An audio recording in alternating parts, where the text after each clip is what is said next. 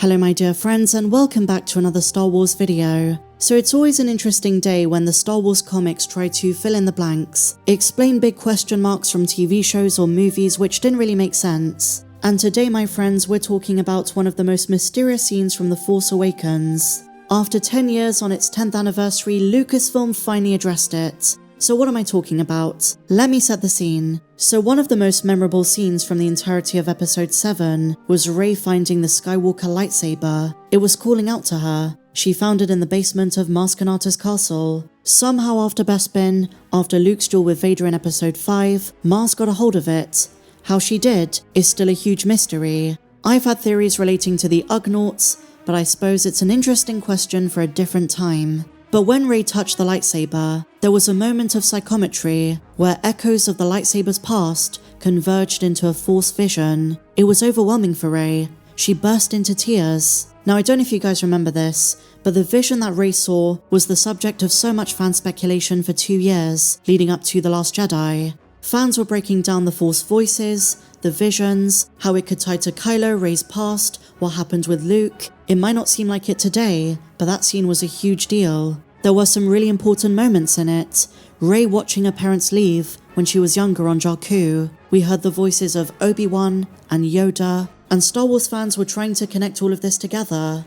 I remember the endless fan theories. One of the most popular ones was that Rey was a Kenobi, because at the end of the vision, Obi-Wan whispers, "These are your first steps, Rey." And while Daisy admitted that Lucasfilm did toy with the idea of Rey being a Kenobi, they didn't go with this, and thank goodness. Being a Palpatine isn't much better, but I'm just as iffy about the Obi-Wan connection. Nonetheless, this vision was a big deal, and as The Force Awakens goes on, and then The Last Jedi and The Rise of Skywalker, most of what Rey saw makes sense. But there is one scene that doesn't, one which has baffled fans for 10 years. Rey sees Kylo and the Knights of Ren, with lots of dead bodies around them, and one of the main theories at the time said that just like Ben, the other Knights were also some of Luke's former students who turned to the dark side.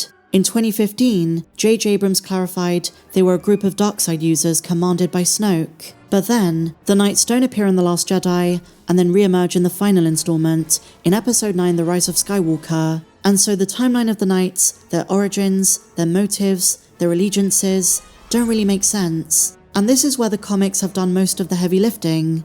But in light of the vision from The Force Awakens, the latest issue of the Legacy of Vader comics has addressed it. This is set in between The Last Jedi and The Rise of Skywalker, and in this one, we find out what was going on in the flashback, we find out the reasons Kylo left, and we meet their new leader, a female Ren known as Tava Ren. And it's also teased in the issue that follows, they're going to explain why the Knights were obedient to Palpatine in Episode 9. It seems like a strange collaboration, but the comic promises to explain it. But let's take a look at the new issue, issue number 8.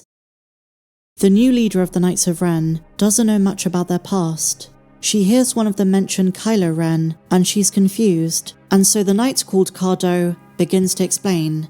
Kylo Ren was once the leader of the group, but now he is supreme leader of the First Order, after Snoke's death. When Kylo Ren first came to us, he used another name, Ben Solo. Stronger in the shadow than any knight in a very long time. You could sense it burning through him. It was awful. Cold fire. Ben traveled with us for a time, and then, eventually, he battled our leader, who called himself the Ren. He was strong too, but Ben was stronger. Kylo became our new leader, and gave himself a new name. And then, glory. We went wherever we wanted. We did what we wanted. We took and we conquered anything we desired, credits, artifacts, and life. Lots and lots of life. Kylo Ren was really good at it. Good times for a while. Great times. And as I mentioned in my last video on the topic, the Knights were opportunists. They loved a strong leader like Kylo Ren. All that mattered to them was their freedom and their survival. And Kylo facilitated that for them. But, the Knights continues, as the months went on, Kylo started to change. He was never the life of the party, but he started spending a lot of time alone. We'd see him talking to himself, or maybe just someone we couldn't hear. Even for us, he got dark. And then we see Kylo surrounded by the Knights, murdering innocents. They say Kylo started to bring us on missions, not the usual ones, no robberies or heists, These were much more purposeful, as if someone out there was using us, aiming the knights at particular targets. Something was pulling our strings, but we didn't know what, and we didn't know who. We weren't going to ask either. Crossing Kylo Ren was a death sentence. It went on like this for a while, until this one assassination mission. Some inner rim warlord. We found his stronghold and rooted him out, had him on the run. Him and his people didn't want to go down easy though. They were putting up a good fight. It didn't matter. No one ever came close to Kylo. You went up against him and you lost, and most of the time you died. And so it was this battle against this warlord and his people that we see in the vision in The Force Awakens. And it's doubly important because it was on this very night the Knights of Ren met Snoke. They say this: Kylo seemed to sense something that we didn't. He took a step forward, and then from another direction, there he was, Snoke. We knew him. He'd given us jobs from time to time, set us up to recruit Ben Solo in fact. Untrustworthy, even by our standards, but he paid well. He seemed different that day though. Everything we'd ever seen him do up until that point was a lie. This was the real him, and the real Snoke was a monster. Kylo Ren, Snoke says. It is time. Master Snoke, what do you mean? You will take the next step towards your destiny. You will leave this rabble behind. They should no longer be in your presence, much less mine. One of the knights tried to talk back, but Snoke blasted him with a bolt of force lightning before he could finish.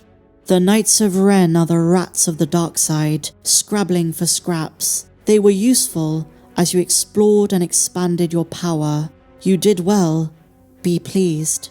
But now that chapter of your story has reached its end. And then Kylo says, Shall I kill them, my master? The knights seem confused. What are you talking about? We're loyal to you. We're your guys.